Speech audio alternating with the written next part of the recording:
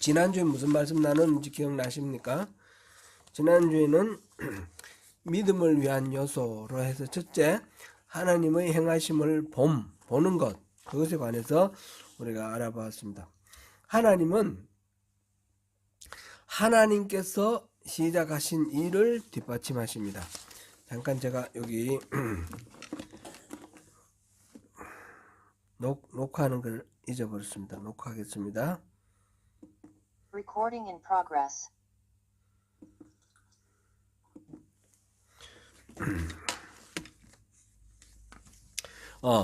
그래서 하나님의 행하심을 보는 것이 중요합니다. 하나님께서 먼저 이렇게 시작하신 일 아니고 우리가 나름대로 계획해서 시작한 일을 가지고 하나님 이거 도와주세요 이렇게 말하는 거는 이거는 조금 본질이 뒤바뀐 겁니다. 하나님이 주인이시고 하나님이 이니셔티브를 가지고 행하시는 일에 우리가 동참을 할 때, 우리가 동력자가 될 때 하나님께서는 그때 그 일 가운데서 하나님 살아계시고 역사하시는 모든 것들을 보여주실 것입니다. 그게 거꾸로 되어서 우리가 계획하고 우리 하나님 여기 와서 도와주세요 이렇게 하면 주인이 우리가 되잖아요. 그래도 하나님이 하나님 뜻이 맞으면 도와주시는 것도 있겠지만 근본적으로는 그게 아니라는 겁니다. 근본적으로는 하나님께 이니셔티브를 내어드리고 하나님이 행하시는 걸 보고 따라가야 된다는 것입니다. 그래야지 하나님이 우리가 주인이다, 주여 이렇게 기도하는 것이 맞는 말이 되는 거죠. 그러므로 하나님은 항상 우리에게 계시를 하시고 우리가 그것에 순종하고 따르기를 원하십니다. 하나님이 계시하는 것은 세 가지로 말씀드렸습니다. 뭐라고 그랬죠?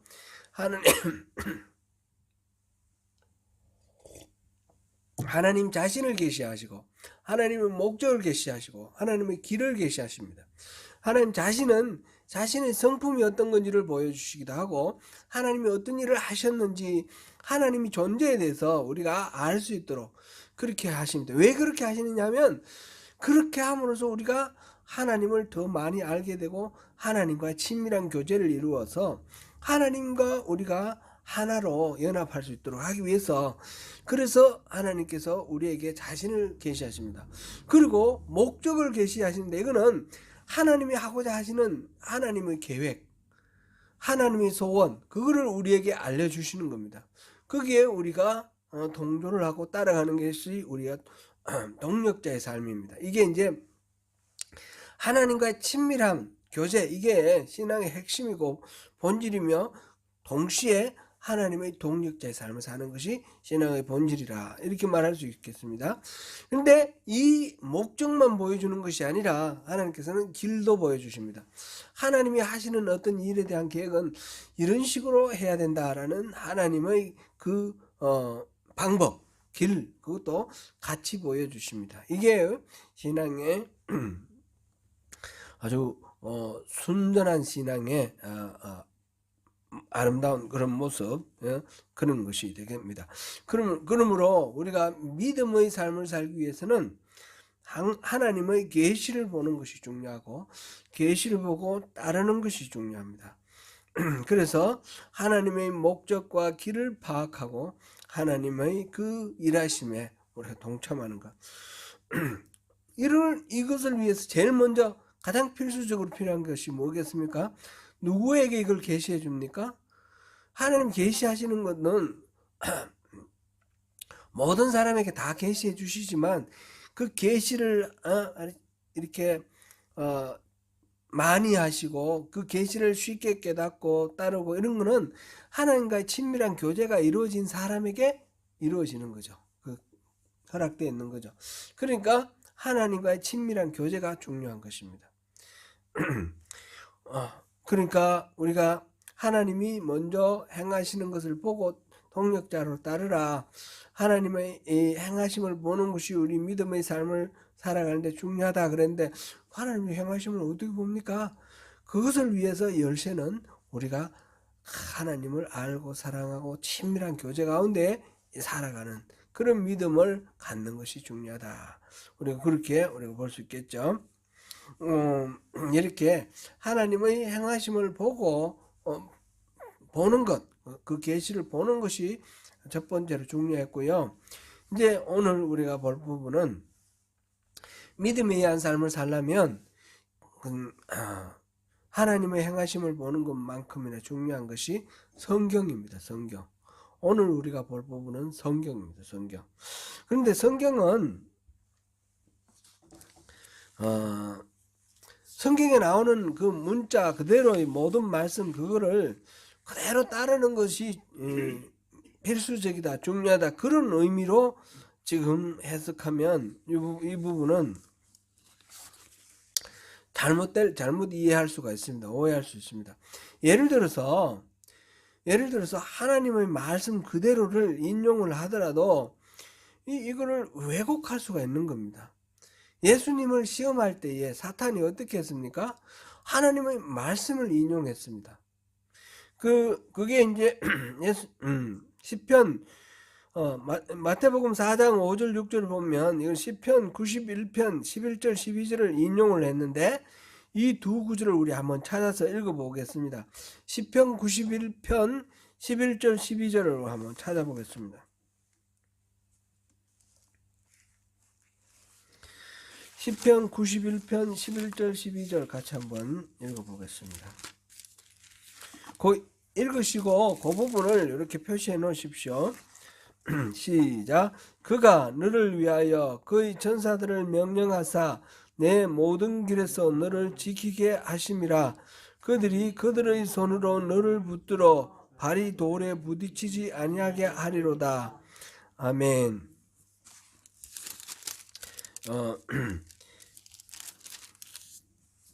이거는 이제 90장 91장은 시편 90편 91편은 모세의 기도라고 그렇게 붙었는데, 모세에게 하나님이 이제 축복하는 말씀을 하시면서 하신 하나의 일종의 약속이죠. 약속인데 이것을 사탄이 인용을 했습니다. 마태복음 4장 5절 6절, 마태복음 4장 5절 6절을 한번 보겠습니다.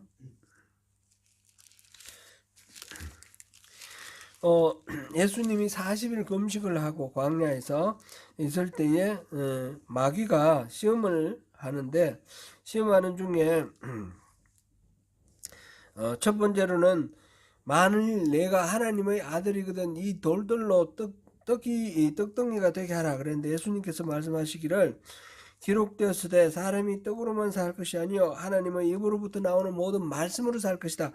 이 말씀 곧 신명기 8장 3절 말씀을 인용을 해서 마귀를 이렇게 마귀의 말에 이제 첫 번째 시험을 물리쳤습니다.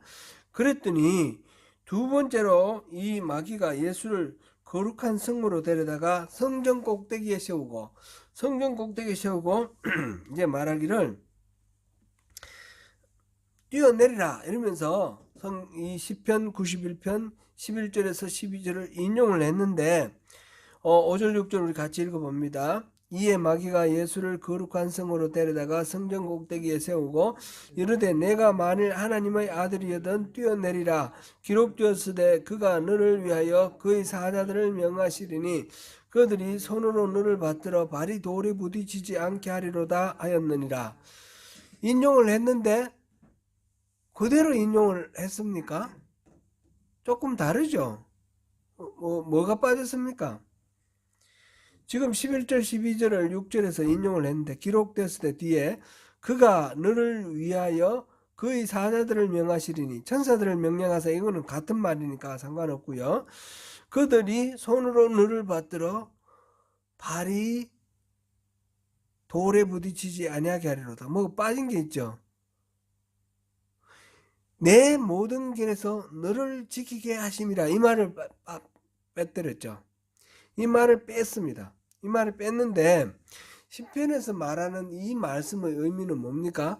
내 모든 길에서 너를 지키게 하신다. 이 말은 하나님을 의지하는 삶을 살면 살아가는 모든 삶의 영역에서 인생 모든 길에서 천사들이 늘 지켜주셔서 넘어지지 않게 붙들어 줄 것이다. 그런 의미입니다.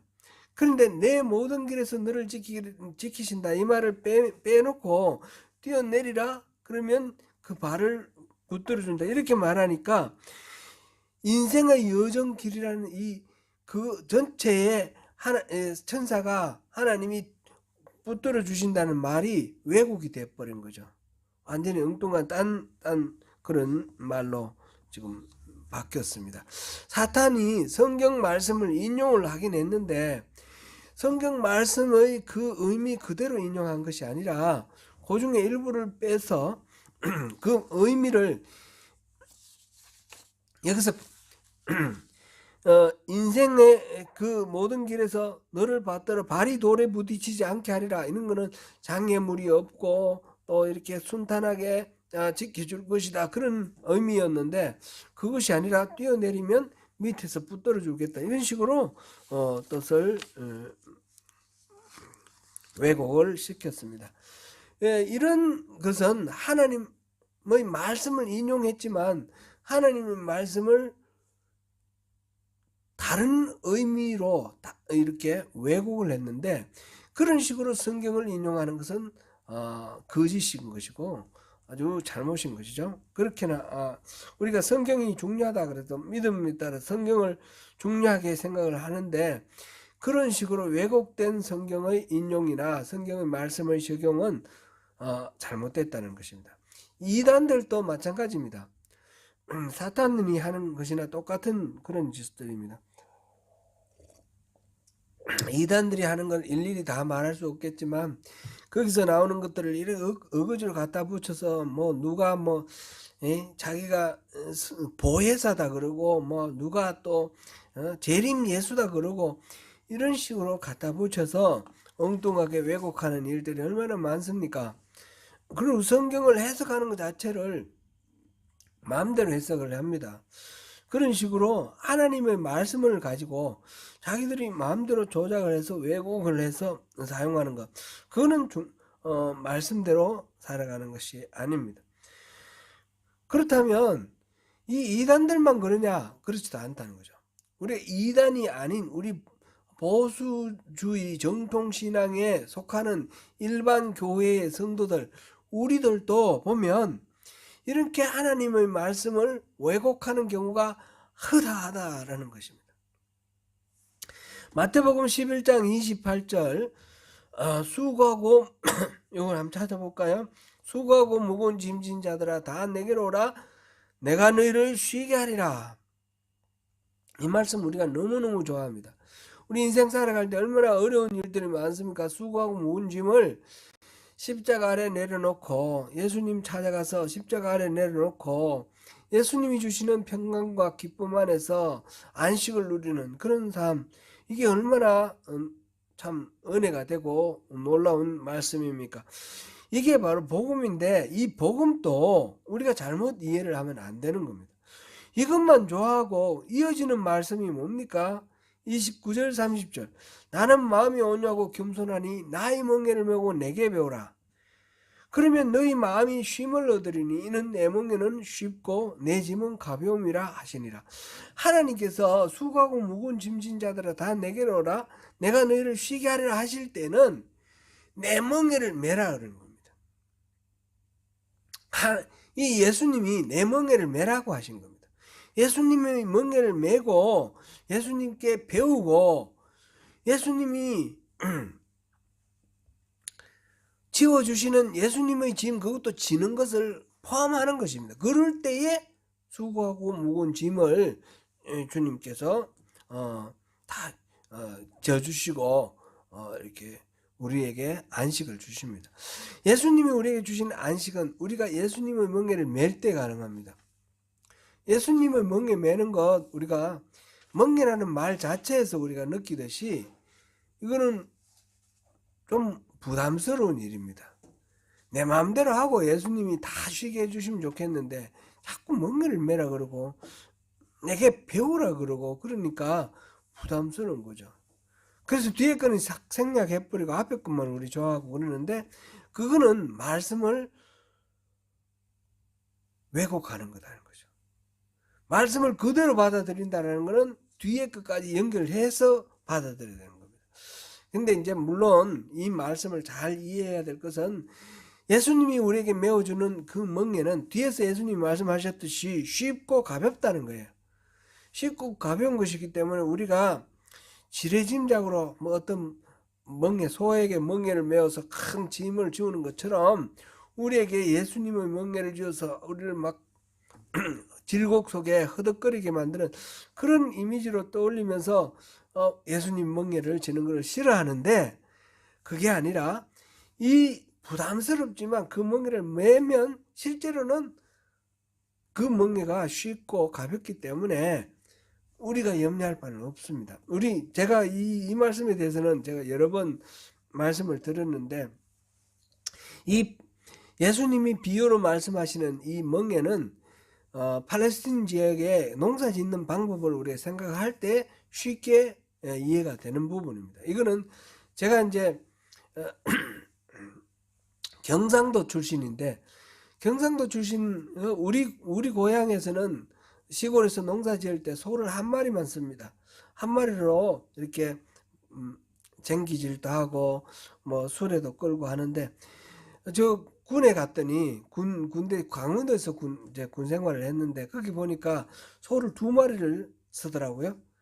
2마리를 쓰는데 이렇게 나중에 이제 잘 아는 사람한테 물어서 알아보니까 이 2마리 소가 똑같이 이렇게 힘쓰는 소가 아니래요. 한 소는 베테랑 소고 한 소는 어린 소라는 거예요. 1살이나 1살 반 이렇게 된 어린 소. 덩치는 똑같아요. 다 컸으니까. 근데 이 1살이나 1살 반, 2살 된 이 소도 힘은 오히려 베테랑 소보다 더 클 수도 있어요. 그런데 이 베테랑 소는 경험이 많고 해가지고 힘을 조절을 해가면서 그렇게 함으로써 지치지가 않는 거예요. 이 젊은 소만 그대로 이제 막 하면 무작정 힘을 쓰다가 금방 지쳐버리는 거예요. 왜냐하면 강원도는 돌도 많고 이렇게 밭이 아주 부드러운 밭이 아니잖아요. 그러니까 이 베테랑 소가 방향과 강도와 세기 이런 것들을 다 조절해서 가면 젊은 소는 거기에 따라가면서 같이 힘을 써주면 이 일이 쉬워진다는 거죠.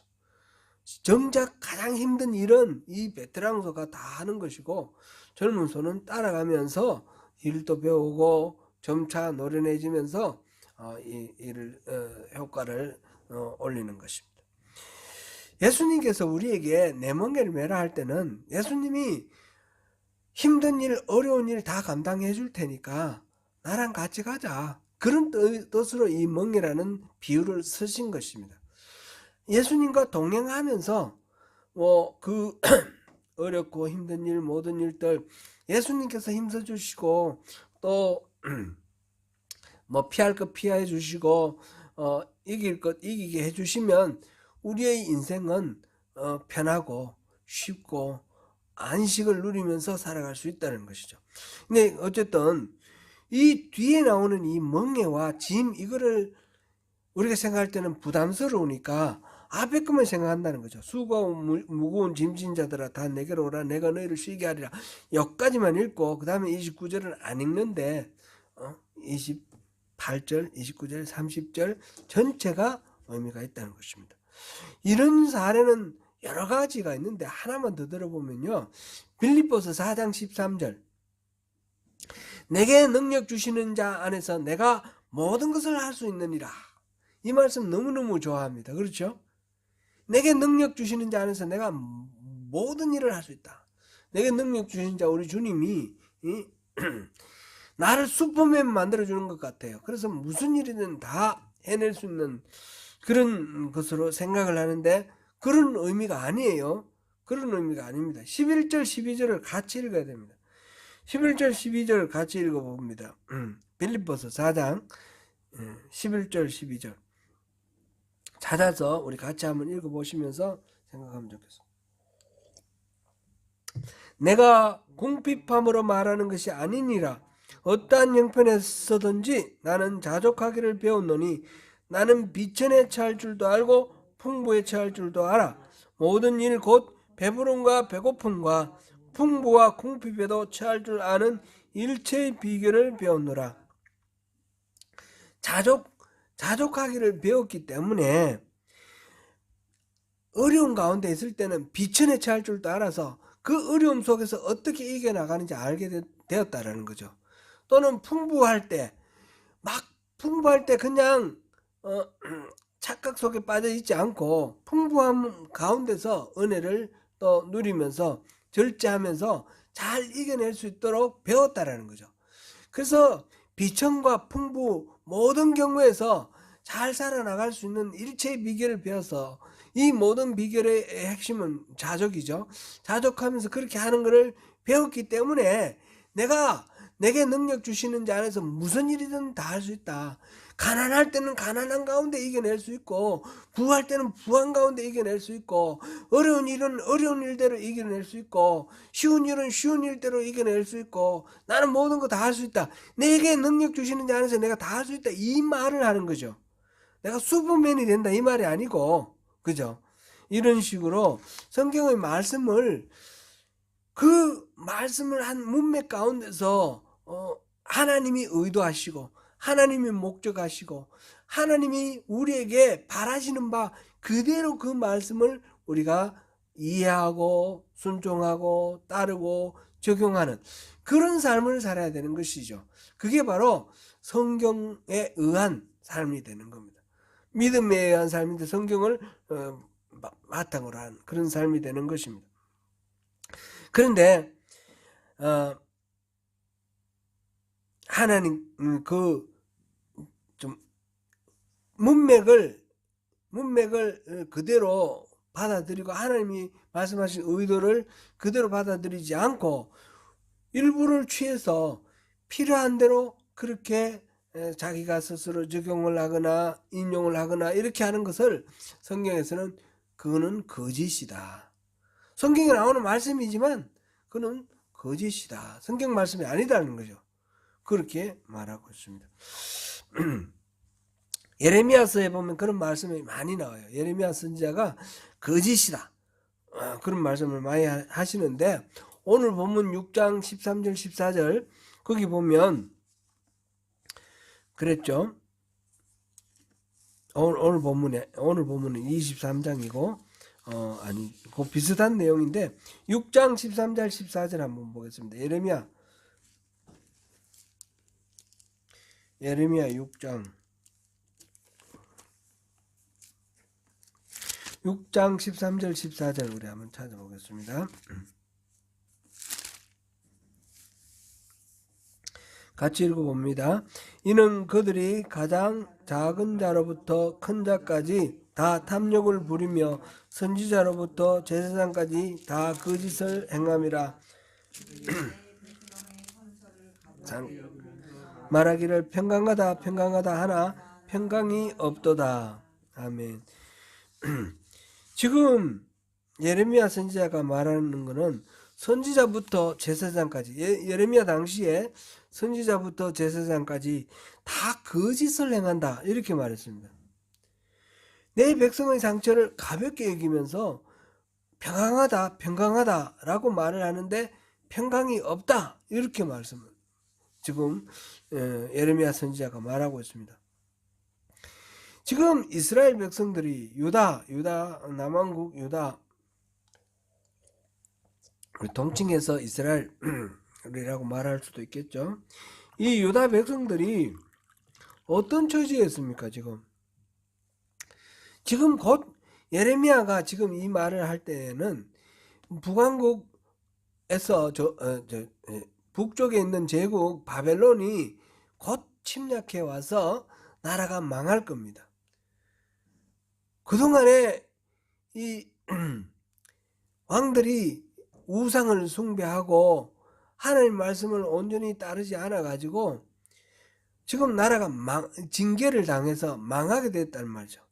그래서 백성들은 지금 고통스럽고 어려운 상황 속에 있습니다. 그런데 맨날 제사장과 선지자는 평강하다 이렇게만 말을 하는 것입니다. 그런데 그것을 하나님은 거짓이다. 선지자와 제사장이 하는 저 말은 다 거짓이다. 이렇게 말씀을 하시는 겁니다. 그런데 이 제사장과 선지자들이 하는 말에 그 나름대로는 성경적인 근거가 있다는 것입니다. 우리가 예레미야서를 다 했으니까 우리 잘 알지만 대표적으로 두 가지 신화가 있었어요. 하나는 뭡니까? 성전 신화. 예루살렘에 하나님의 집 성전이 있기 때문에 예루살렘은 멸망하지 않는다. 그 말의 근거는 어디 있습니까? 솔로몬이 성전을 완공을 하고 하나님께 기도했을 때 하나님께서 말씀하셨어요. 지켜주겠다고. 그리고 또 하나는 뭡니까? 다윗 신화입니다. 다윗의 자손이 왕으로 있으면 하나님이 다윗에게 약속을 하셨거든요. 내 자손이 영원히 그 위에서 떠나지 않게 하겠다. 그 말씀 우리 사무엘하 7장 12절 17절 한번 읽어보겠습니다. 사무엘하 7장 12절 17절. 사무엘하 7장 12절에서 17절. 내 수완이 차서 내 조상들과 함께 누울 때에 내가 내 몸에서 날 내 씨를 내 뒤에 세워 그의 나라를 견고하게 하리라. 그는 내 이름을 위하여 집을 건축할 것이요 나는 그의 나라 왕위를 영원히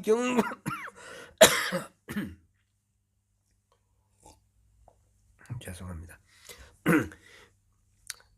나는 그의 나라 왕위를 영원히 견고하게 하리라. 나는 그에게 아버지가 되고 그는 내게 아들이 되리니 그가 만일 죄를 범하면 내가 사람의 미와 인생의 채찍으로 징계하려니와 내가 내 앞에서 물러나게 한 사울에게서 내 은총을 빼앗은 것처럼 그에게서 빼앗지는 아니하리라. 내 집과 내 나라가 내 앞에서 영원히 보존되고 내 왕위가 영원히 견고하리라 하셨다 하라. 나단이 이 모든 말씀들과 이 모든 계시대로 다윗에게 말하니라. 아멘. 다윗이 나단 선지자를 불러가지고 얘기를 했습니다. 내가 등 따시고 배부르게 내가 왕궁에서 사는데 내 마음이 너무너무 양심이 찔린다. 하나님의 언약의 궤는 지금 저기 천막에다가 절여놔 놓고 성전을 지어서 성전에 모시고 싶은데 내가 왕궁에 이렇게 사니까 마음이 불편하다. 그 말을 했더니 나단이 하나님의 말씀을 전해주는 말씀이에요. 성전은 너희 아들이 만들 것이다. 그렇게 하시면서 하시는 말씀이 이거예요. 앞으로 만일 죄를 범하면 내가 사람의 매와 인생의 채찍으로 징계를 하겠다. 잘못하면 징계는 하겠다. 그렇지만 사울에게서 은총을 빼앗은 것처럼 완전히 너희를 그 은총을 빼앗아 버리지는 않겠다. 왕위가 영원히 보존되고 영원히 경고할 것이다. 네 자손, 네 씨에서 난 그 자손들에게 왕위가 영원하겠다. 지금 이렇게 성경에 나와 있어요. 이 말씀을, 그죠? 이거는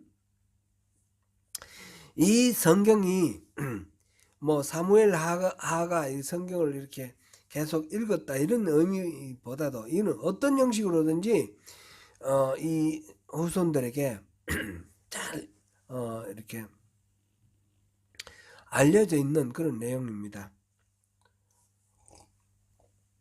지금 다윗 신화라고 말했고 또 성전 신화라고 말하는 이 두 가지 다 하나님의 말씀이었어요. 그리고 이거는 우리가 보면 사무엘 하와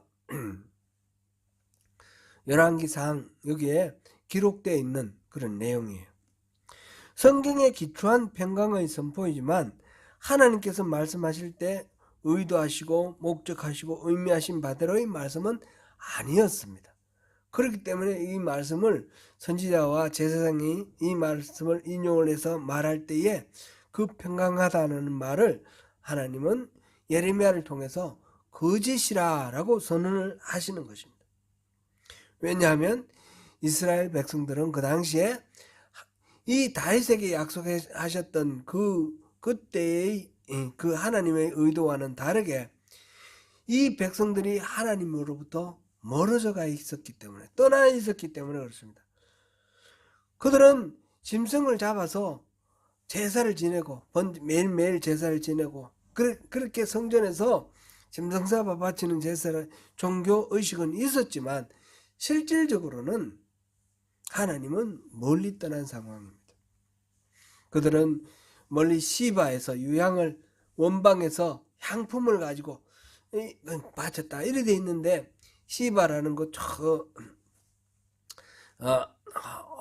홍해 저 끝에 있는 나라, 또 원방은 인도, 이런 외국에서 나오는 아주 유향과 향품 좋은 그런 재물을 가지고 성전에서 바쳤는데, 비싸고 돈 많이 들고 아주 그냥 귀한 건데, 그런데 그렇게 하나님을 극진하게 잘 섬겼느냐? 그건 아니라는 거죠. 우리 보니까 예레미야 볼 때 보니까 나왔지 않습니까? 하늘의 여왕을 같이 섬겼어요. 하늘의 여왕이 뭡니까? 아세라신. 우상을 성전 안에서 같이 섬겼어요. 바알을 섬겼어요. 하나님 섬긴다 하면서 하나님은 말씀하신 그 나 외에 다른 신을 있게 하면 안 되는데, 그 하나님 그 외에 다른 신을 섬기고, 더불어서 이렇게 하나님을 여러 신 중에 하나 정도로 이렇게 생각하고 하니까 하나님을 무시하는 거죠. 안 섬기는 거죠.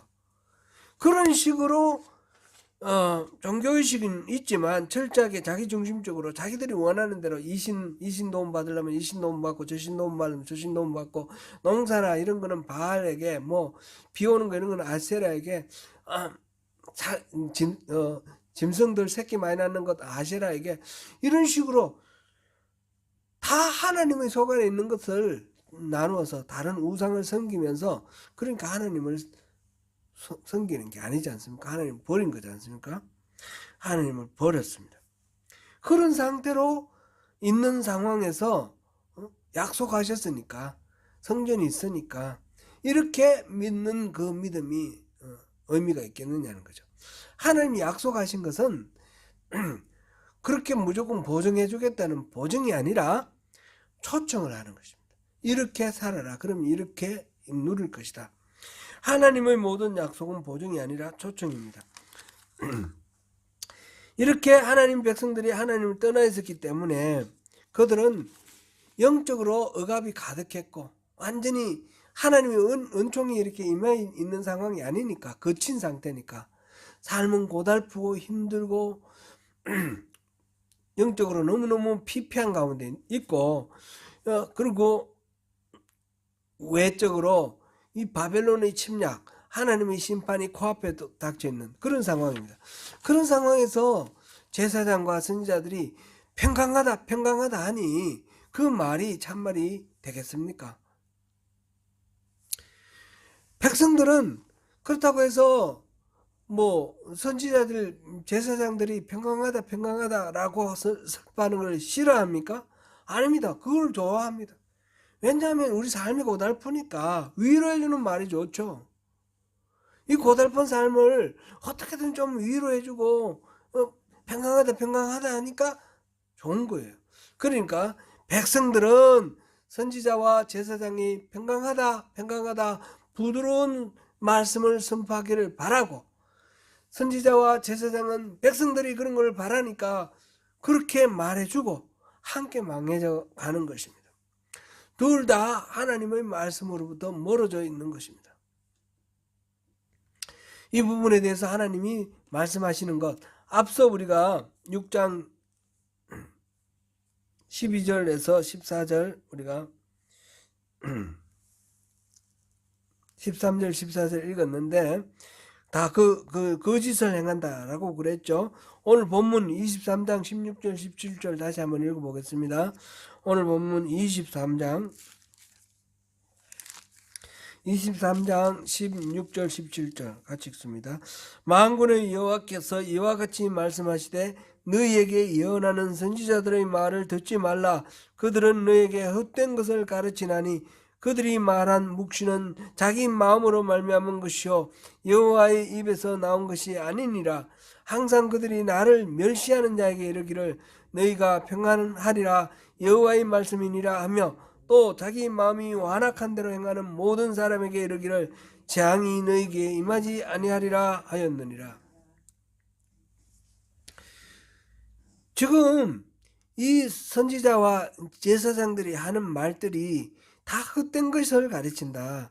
거짓말이다.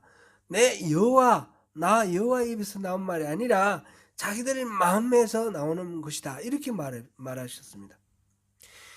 왜 그런가? 이렇게 들여다보니까 그들이 나를 멸시하는 자에게 이르기를 너희가 평안하리라. 여호와의 말씀이니라. 이렇게 말한다는 거예요. 그들은 여호와를 멸시하는데 여호와가 그들에게 너희는 평안하리라 이렇게 말한다라고 하는 게 맞는 말입니까? 여호와가 그렇게 하실 리가 없지 않습니까? 그들이 멸시하는 자를. 그리고 또 자기 마음이 완악한 대로 행하는 모든 사람에게 이르기를 재앙이 너에게 임하지 아니하리라. 마음이 완악한 대로 행하는 사람에게는 재앙이 임하는 게 당연하죠. 그게 하나님 말씀 뜻이죠. 그런데 재앙이 임하지 아니하리라 이렇게 말하는 거예요. 그러니까 이 말들은 다 거짓말들이죠. 그냥 좋은 말만 해가지고 부드러운 말만 해가지고 사람들의 그 비위를 맞추는 것이고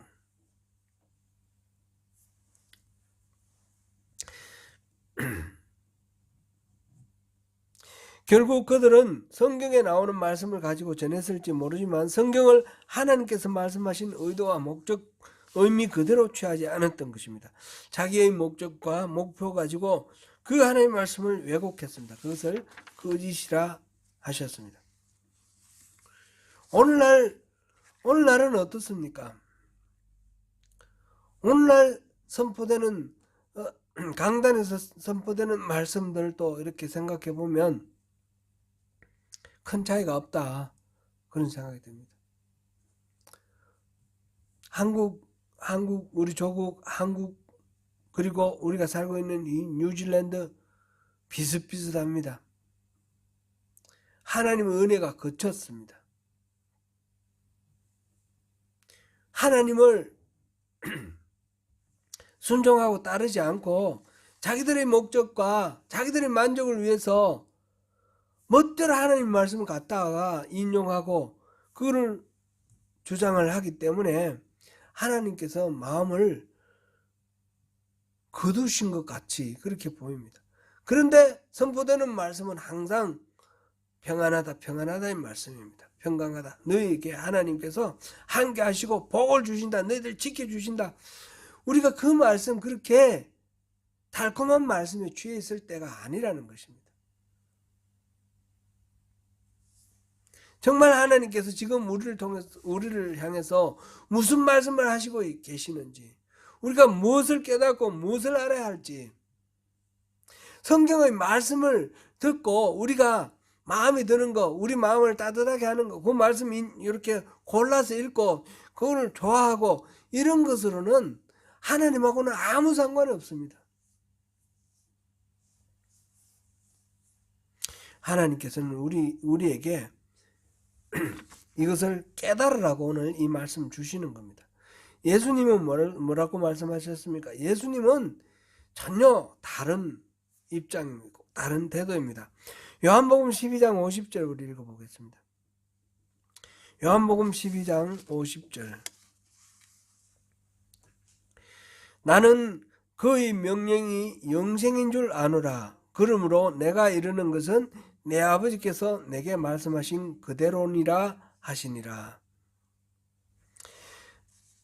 예수님께서는 하나님 말씀을 생명으로 알았습니다. 하나님께서 말씀하신 그대로 이렇게 살았습니다. 우리가 성경 말씀대로 살아야 됩니다. 믿음이라는 것은 성경을 근거로 해야 됩니다. 그런데 성경 말씀을 하나님이 주신 원래의 의도와 목적과 하나님의 그 마음을 무시해버리고 문자에 얽매여 가지고 내가 원하는 대로 그렇게 해석해버리면 하나님을 완전히 욕보이는 겁니다.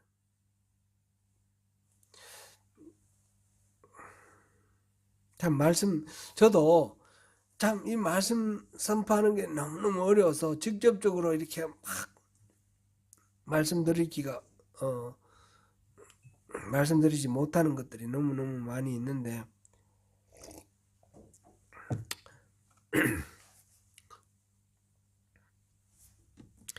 한국 교회를 보면 눈물이 날 때가 많습니다. 믿음이 좋다고 말하는 사람들의 그 삶의 모습이 너무 하나님의 의도와 목적과 다릅니다.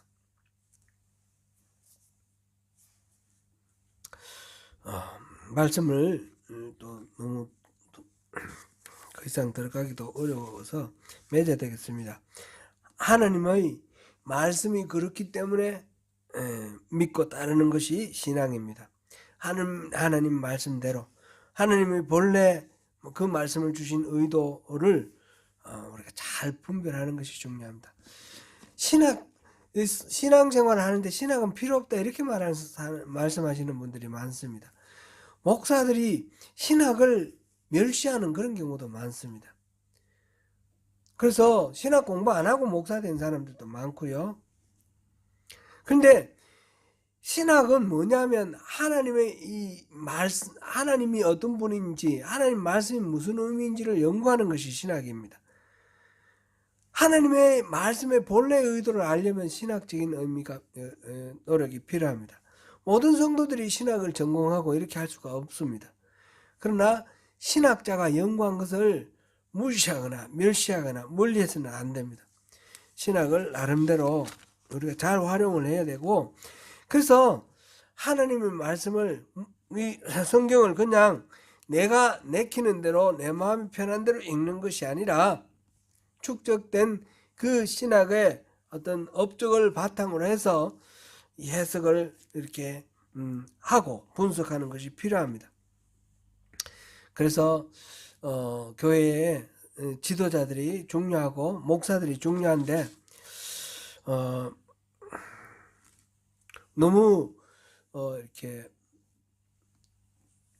반지성주의가 지성을 멸시하고 신학을 무시하는 그런 경향이 한국 교회에 아주 팽배하기 때문에 그것이 참으로 염려가 됩니다. 오늘 이 성경 말씀에서 하나님 본래의 의도와 목적, 의미, 그것을 분별해야 된다. 이 말씀을 우리 붙들면서 성경 말씀을 깊이 이해하고 원래의 그 의도대로 바르게 이해하는 그것을 위해서 우리가 많이 기도하고 애쓰고 노력해야 되겠습니다. 그런 것을 위해서 또 바른 지도자들이 바른 길로 갈 수 있도록 또 기도해 주시기 부탁드리고요. 하나님의 그 본 마음을 아는 믿음으로 또 승리하시는 저와 여러분 되시기를 축원합니다.